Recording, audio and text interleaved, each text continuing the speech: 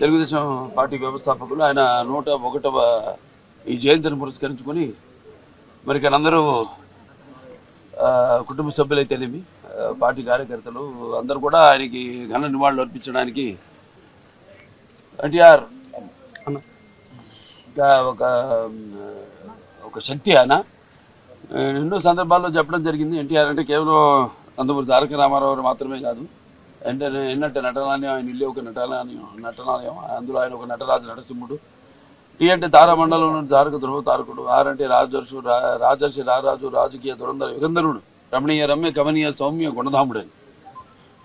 అలాగే ఆయన మొదటి నుంచి కూడా చూస్తే ఆయన ఈ జీవిత ప్రస్థానం ఒక మామూలు రైతు కుటుంబంలో పుట్టి, అలాగే ముందు అవకాశం వచ్చారు కూడా కాదు అని ముందు చదువుకే ప్రాధాన్యత ఇచ్చి ఆయన చదువు పూర్తి చేసుకున్నాక మరి చలనచిత్ర ప్రవేశంలోకి అడుగుపెట్టడం జరిగింది.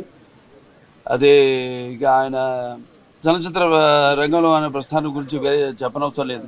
ఎన్టీఆర్ అంటే ఒక నటనకు నిర్వచనం, ఎన్టీఆర్ అంటే ఒక నవరసాలకు ఒక అలంకారం, ఎన్టీఆర్ అంటే నటనకు ఒక విశ్వవిద్యాలయం. తర్వాత ఆయన ఈ రాజకీయ రంగ చలనచిత్ర పరిశ్రమలో మకుటలేని మహారాజుగా ఉన్నప్పుడే ఆయన ఈ చలనచిత్ర పరిశ్రమ నుంచి నిష్క్రమించి ఇటు రాజకీయ రంగ ప్రస్థానం చేయడం జరిగింది.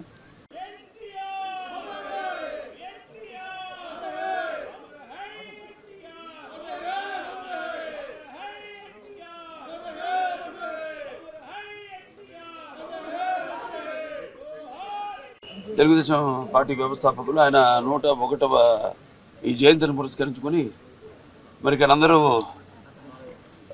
కుటుంబ సభ్యులైతేనేమి పార్టీ కార్యకర్తలు అందరూ కూడా ఆయనకి ఘన నివాళులు అర్పించడానికి ఎన్టీఆర్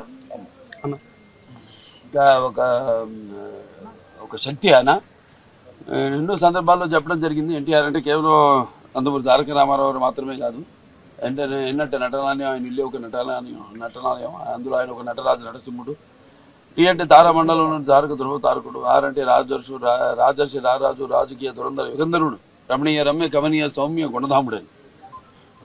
అలాగే ఆయన మొదటి నుంచి కూడా చూస్తే ఆయన ఈ జీవిత ప్రస్థానం ఒక మామూలు రైతు కుటుంబంలో పుట్టి, అలాగే ముందు అవకాశం వచ్చారు కూడా కాదు అని ముందు చదువుకే ప్రాధాన్యత ఇచ్చి ఆయన చదువు పూర్తి చేసుకున్నాక మరి చలనచిత్ర ప్రవేశంలోకి అడుగుపెట్టడం జరిగింది. అదే ఇక ఆయన చలనచిత్ర రంగంలో ఆయన ప్రస్థానం గురించి వేరే చెప్పనవసరం లేదు.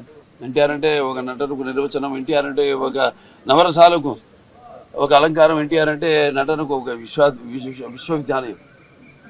తర్వాత ఆయన ఈ రాజకీయ రంగ చలనచిత్ర పరిశ్రమలో మకుటలేని మహారాజుగా ఉన్నప్పుడే ఆయన ఈ చలనచిత్ర పరిశ్రమ నుంచి నిష్క్రమించి ఇటు రాజకీయ రంగ ప్రస్థానం చేయడం జరిగింది.